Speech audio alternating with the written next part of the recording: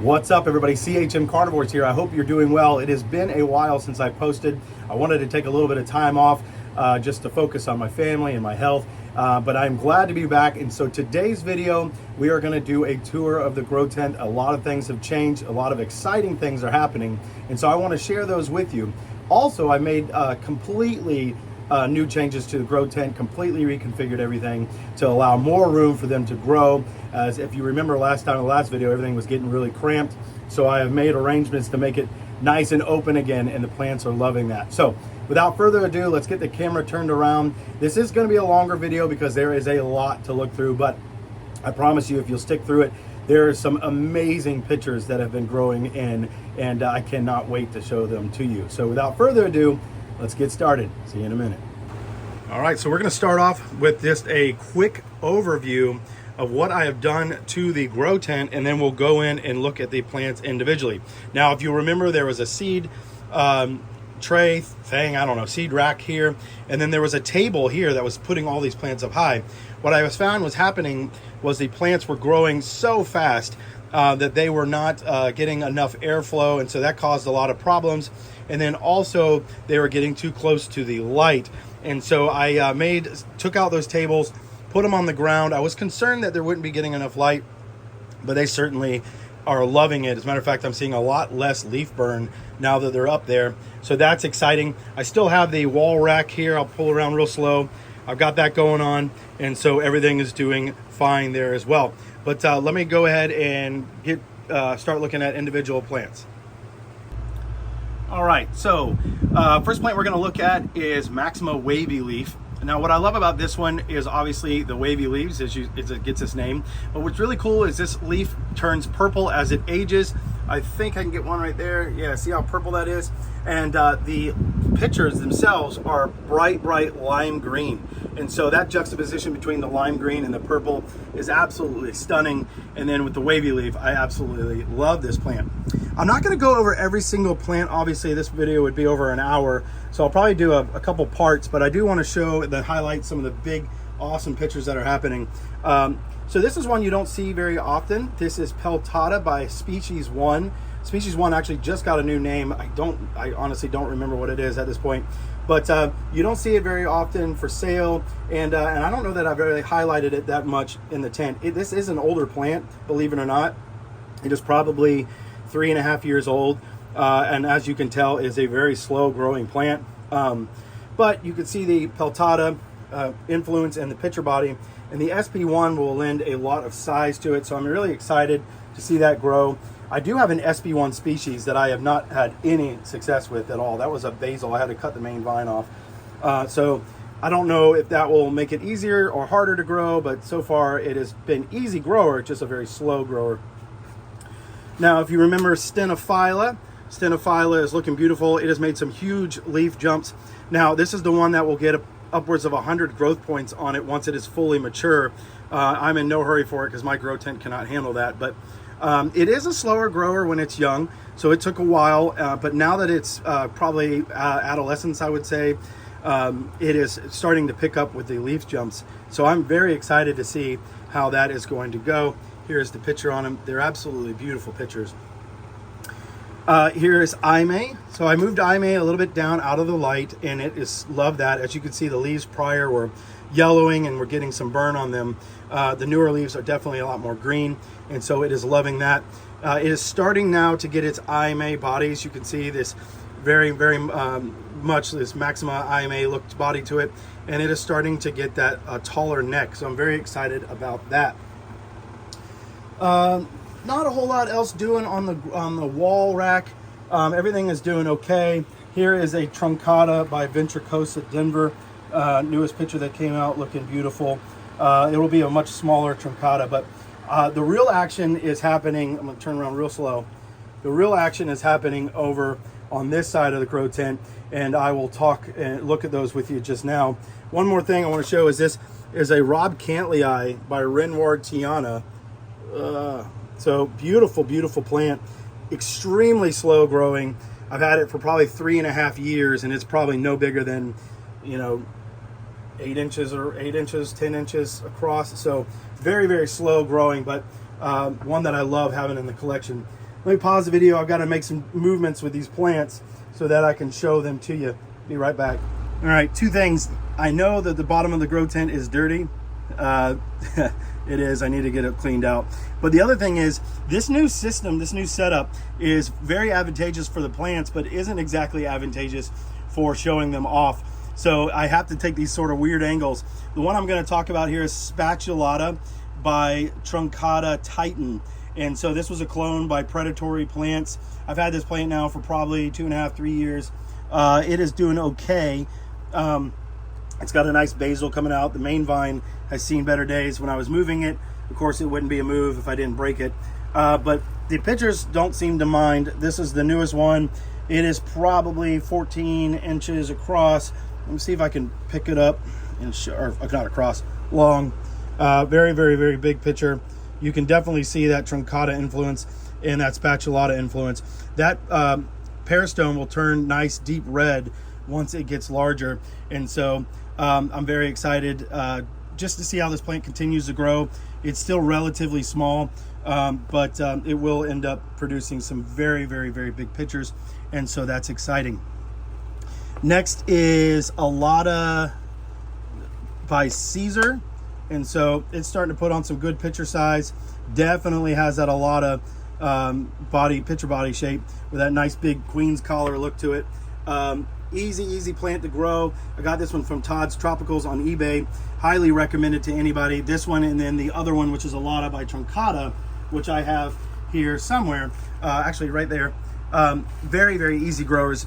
Can grow inside your house, can grow just about anywhere. Awesome plant to own. Next is this guy. This is a Truncata by Biok. I can't get it in the picture. Look at that beauty. Isn't that crazy? Yeah, there's my knee. I'm sitting there having to crouch on the floor, but absolutely gorgeous plant. It will end up putting out pretty good sized pictures, not as big as a Truncata, but definitely large. And it's got that beautiful Biok look to it. And that peristome is just stunning. So absolutely in love with that, and I cannot wait to see it grow. Let me go ahead and pause the video and then move some of these plants around so I can start getting back there. All right. What's crazy that I didn't really expect is the plants are getting so large, but the tent is so small that it's hard for me to get the pictures in the frame. So just work with me on that. We're learning this together. The Truncatas right now are going crazy. This is Truncata Giant by Pacian Red. And so there is one of its older pictures, absolutely stunning. And here's its brand new picture. Starts off very light colored like that. And as it ages, it will turn to this dark ruby red color. The one behind it is actually the Truncata Titan's Tower from Predatory Plants. It's a red Highland version of a Truncata, if I'm not mistaken, mixed with with their Titan, and so it is definitely getting its size from that Titan parent. Now, it is probably, goodness gracious, 2 feet across. It goes all the way over here, and then all the way over there and there. So it's getting its size pretty good. The really crazy thing is, and it's not so much crazy, but it is definitely taking its time producing any basils. I've had this plant for probably 3.5, 4 years now, and it is just taking its sweet time. Now, I gotta be careful I don't break any growth points over here. You can see that new leaf coming in is absolutely stunning. And so it is definitely liking being a little bit further away from the light. And so here's the Hiroshima clone over there. Still looking absolutely gorgeous. It is not an easy grower. What am I trying to say? It will hold up to different environmental changes, but it is extremely temperamental. Its leaves do not get, if you get even just a little too much water on them, they get very angry with you very quickly. And so it's not one that I would recommend necessarily for beginners. I do recommend Truncatas for beginners for sure, but the Hiroshima clone is one that maybe you want to wait till you have a more stable environment. All right, so the next one over here is Diariana. Let me go ahead and pause the video so I can move some of these out of the way. and get you a close-up of that. Here's the beautiful Diariana. The plant itself is probably 3 feet tall at this point. The pictures on it, they're big already. They will get enormous, but I don't know if it's just this one I've got. The pictures on it always grow wonky, and so I still love it, and I love that striping on it. This is an old Victorian clone. Absolutely gorgeous, but kind of papery thin too. I have one back here that did not be able to handle the move, but they are an absolutely gorgeous plant. Got this from Todd's Tropicals. Again, the only thing I will say about this one is it does not like cold weather at all. So if you are going to grow it, make sure that you can give it some good, stable conditions, or else it will not be happy with you at all. Let's see what else we got here. Oh, here's another truncata that is doing absolutely fantastic. This one, oh no, this is the Hiroshima one. They're all going together. Here's some of the quote-unquote baby truncatas now that are going to need a repot. They're actually going through, I don't know if you can see that or not, but the roots are coming through. Here's one that I haven't been able to show this very often because it always sits in the back.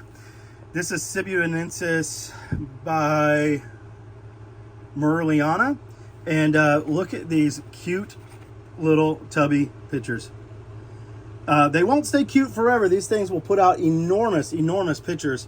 Bergen Water Gardens has got one that's enormous. I actually think I got this one from Bergen a long time ago. Pardon the camera work here.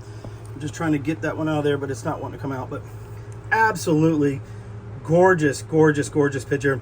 It gets this like cherry red color, and these pictures this is a small version. Now I will say this is a tough plant to grow. I mean, there's just, for me at least, and maybe I don't have the skills, but it has been a very, very tough plant for me to grow. What I have found is it likes a lot more shade than other plants. It likes to be sitting on the ground like this. That's where the Sibuinensis comes in. And maybe it's just mine, but I've heard that they are tough growing from several different people. But yeah, if you have experience, great plant to try and get some big, beautiful pictures on it. Let me go ahead and pause the camera and we'll look at some more. Here is the Hamakua by Caesar. Absolutely beautiful, or truncata, excuse me. Absolutely beautiful. This is a upper picture that it's putting on. The plant itself is, I don't know, 4 feet tall maybe. Does very well for me. Easy grower. As long as you give it a lot of light. I am concerned with where it is that it won't get enough light, but we will see how that goes. This one here is a truncata by Mira. I got to cut that leaf off. It is dying. Cool thing is it's getting to basil finally. I've been letting it hang like this for a long time, probably a year and a half, to try to get that basil to happen, and it has finally happened. The pictures are growing amazing on it. I'm hung up over here. Give me a second. Look at that. Isn't that gorgeous? Absolutely beautiful, beautiful. I got this one from Carnivorous, gosh, two years ago maybe, and so it has done very well. All right, now going from the very, very big to the itty bitty. This is Glabrata by Aristolochioides, doing exceptionally well. It needs to be get watered is what it needs, but it's already got maybe 2 or 3 basils on it. Super fun plant. Got this from Todd's Tropicals. It will go nuts, and so I'm excited about that. Very low maintenance, given the Aristo lineage. I thought it wouldn't be, but it's been very low maintenance, so I'm super excited about that. Let's see what we got back here. These are our Caesar. This is actually Brutus putting out some new pictures there. So there's the Brutus picture. Gorgeous, gorgeous. Actually, no, that's Caesar. This is Caesar. So this one's the one I got from Todd's Tropicals. Puts out beautiful, beautiful pictures. I have not seen a Caesar put out pictures like this. They are so gorgeous. And it is, this one's actually a female. The one that you see a lot in the mainstream is all green.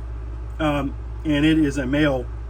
And that one is sold by Sarracenia Northwest. So this one from Todd's is a female, which is very, very exciting. This one next to it is Brutus. And Brutus has got some pretty good pictures on it as well. It does not like, so this was one of the main reasons I came up with the idea to put these on the floor, it does not like a lot of sun, a lot of light, and so you can see right there that it gets burnt very, very easily. So I think it's going to love its new growing conditions down here, and hopefully it's male, so that way I can breed these two and just put out some amazing large pictures. Little truncata there. Let's see what else we got in here. That might wrap up the first go around. There's a lot going on here. This is actually my baby truncata bipation, and by baby I mean it's enormous, but see if I can get it in the view. This was the smaller one that I had, and so it has made some huge jumps. It's going to be ready for a new pot here pretty soon. But here were the leaves when I had it up high, and so there's some edema in there and a little bit of leaf burn. Here is the leaf since I brought it down low, and you can see it's liking this sort of canopy-esque feel, and is doing very well. All right, I think that's going to do it. Let me turn the camera around. I'll be right back. So I hope you enjoyed that first part of this grow tent tour. It's been a while since I've shared with you. It's very exciting to be back. I've missed you all. I hope you enjoyed it. As you can see, it's still in flux. I'm still trying to figure things out. This is obviously not what it's going to be like long term. I'm going to have to figure that out. And I'm probably going to end up having to get a bigger grow tent, to be honest with you, as these things grow. That way I can move around and I can share them with you a little easier. I hope you enjoyed the video nonetheless. If you have any questions at all, please don't hesitate to comment. And if you would, like and subscribe if you're not already. If you are subscribed, thank you so much for that. I really appreciate the support. As always, I hope you have a wonderful day and a wonderful week. See you soon.